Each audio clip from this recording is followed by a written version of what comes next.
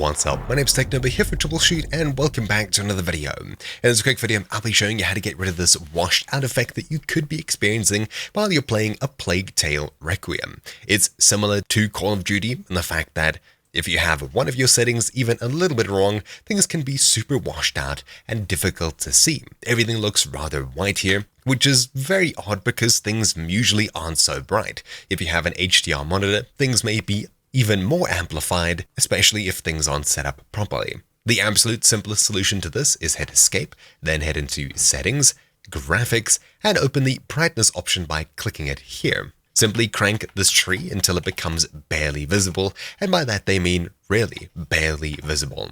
You'll probably want to see the sun on top and the moon under here. The rest of the tree here is usually pretty easy to see. You'll see the sun disappears first in most cases, so keep your eye open for that. If we hit confirm and head back, you'll notice that washed out effect has disappeared just like that. That's really all that you need to do here.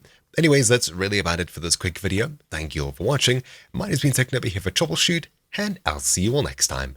Ciao.